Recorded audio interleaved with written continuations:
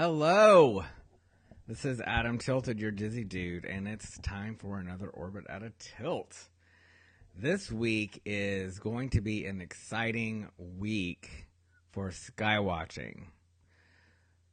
But you might have to get up a little bit earlier in the morning. So I'm going to show you what to look for, when to look for it, and we'll hope for some clear skies.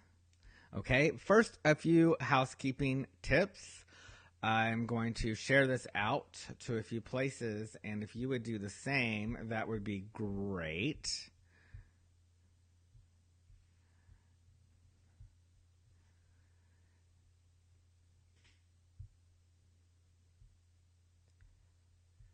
And then I also have some announcements. Well, not really an announcement. I've talked to you before about my fundraising goal. I was raising money for a new microphone because, this one, However, I have changed the goal. I still am going to need a new microphone at some point, but I realize that there's something I need sooner than that. And that is a pair of spectacles for Snapchat. Because I use Snapchat primarily to show what it's like to live with disabilities, particularly my wheelchair. And I can't snap and use the wheelchair at the same time. But a pair of spectacles would allow me to show some of the frustrating situations I find myself in, like trying to open the bathroom door or, maneuvering through a department store, things like that. So if you would like to contribute to that, that would be awesome. You can become a monthly sponsor for as little as $1 at patreon.com/AdamTilted. There's a link in the description.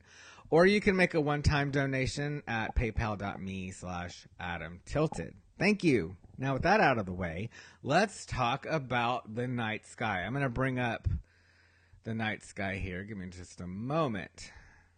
No, that's not it. What happened? Hold on. Oh, no. Hold on. I lost my...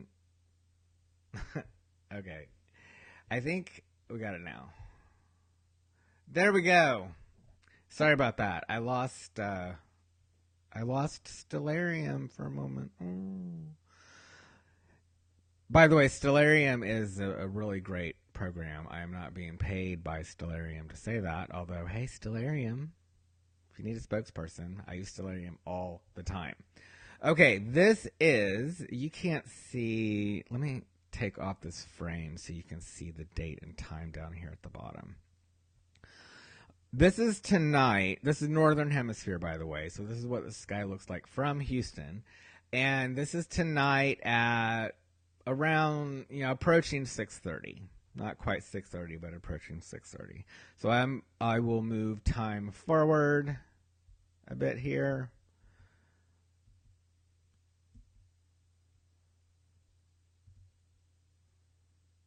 Okay, now there's Venus. So at around 8 o'clock, you should be able to start to see Venus looking in the west. Big and bright. I mean, it's really bright right now. So you really can't miss it if you just look to the west after sunset. Now, I want to go... Now, there's really not much going on during the night in terms of planets or interesting things to see. There are some meteor showers that I'm going to talk about, but in April, but most of the action is happening in the morning. So, I'm going to zoom over here to the east, because morning stuff happens in the east. Okay, there we are, east, and I'm going to move time ahead quite a bit. All right, we're at 8 o'clock. Okay, almost midnight. Jupiter. Did you get to see Jupiter? Where was Jupiter? Did I go too fast? Oh, wait, hold on. I might have turned off Jupiter.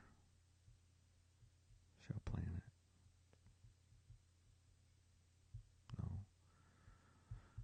No. Okay, maybe maybe we just haven't gotten there yet. I need to be patient. Oh, I missed it. It's because it was behind my face. Silly me. Behind my face. All right, so there's Saturn and Mars. This is at around 2:41 a.m.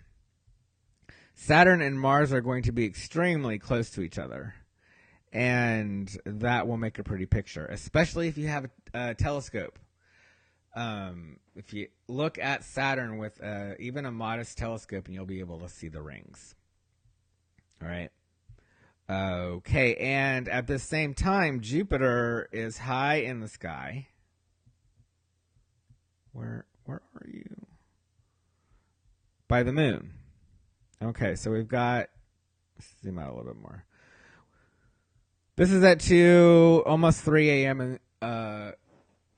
Tomorrow morning. So Jupiter and the moon and Antares are here. Saturn and Mars are here. Vesta, by the way, is a dwarf planet like Pluto, but it is much closer. It is in the asteroid belt, and it's there too. You may be able to pick it out with a telescope. So this is the configuration that you're looking at, and as the night goes on, this just gets higher and higher in the sky and easier to see. So you don't have to get up at 3 in the morning to see this. In fact, if we scooch ahead up to 5, just before 6 o'clock, it's higher up in the sky, which makes it easier to see. All right, the moon is at a waxing gibbous, which means it's almost to first quarter, but it's not quite. It's a little more illuminated than half. So that would kind of inhibit your viewing of Jupiter with a telescope, but I would still recommend giving it a shot. And then over here are Saturn and Mars. Watch what happens as we advance the day. All right, so this is tomorrow morning. And then the next day, the moon is moving, and it's going to do a little flyby of Saturn and Mars. So this is, okay, wait, let's go back. All right, so this is Wednesday morning, Thursday morning, Friday morning, Saturday morning. Look at Saturday morning, guys. That's going to be nice. That's going to be a nice pairing there. Mars, Saturn, and the moon. And the moon will, at this point, be, I think it's still a waning gibbous. I don't think we've reached quarter moon yet. But it still will be very nice to see. And Jupiter, of course, is still up there. So then as we advance the days, then the moon, flies on by. So that's this coming weekend. So if you have an opportunity to go somewhere where there are dark skies, this would be a really good time to do that, because in the mornings you will get to see this amazing pairing. And notice that it's all against the backdrop of the Milky Way. So that would be beautiful. So if you're camping, make sure that you get up before the sun. Even with a pair of binoculars, you can see a lot of the details of Jupiter and Saturn. You can at least tell that Saturn has something, the rings, and you can see Jupiter's moons, even with a good pair of binoculars. But, decent telescopes are not that expensive either, relatively. They're not as expensive as you might think. So I'm hoping that we have clear skies. We've been having a lot of clouds here, but I'm really looking forward to seeing this arrangement. So keep your eyes open for that. Okay, well, that is it for me for right now.